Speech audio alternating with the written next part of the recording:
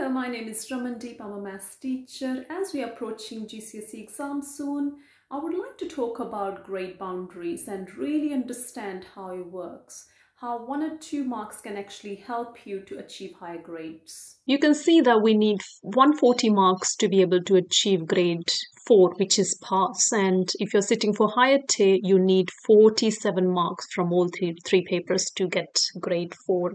Obviously, if you're sitting for higher tier, you would like to have higher grade, which is going to be 6 or 7.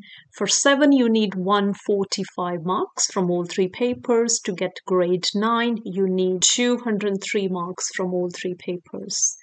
And you can see the difference moving from grade 4 to 5. There is a big jump.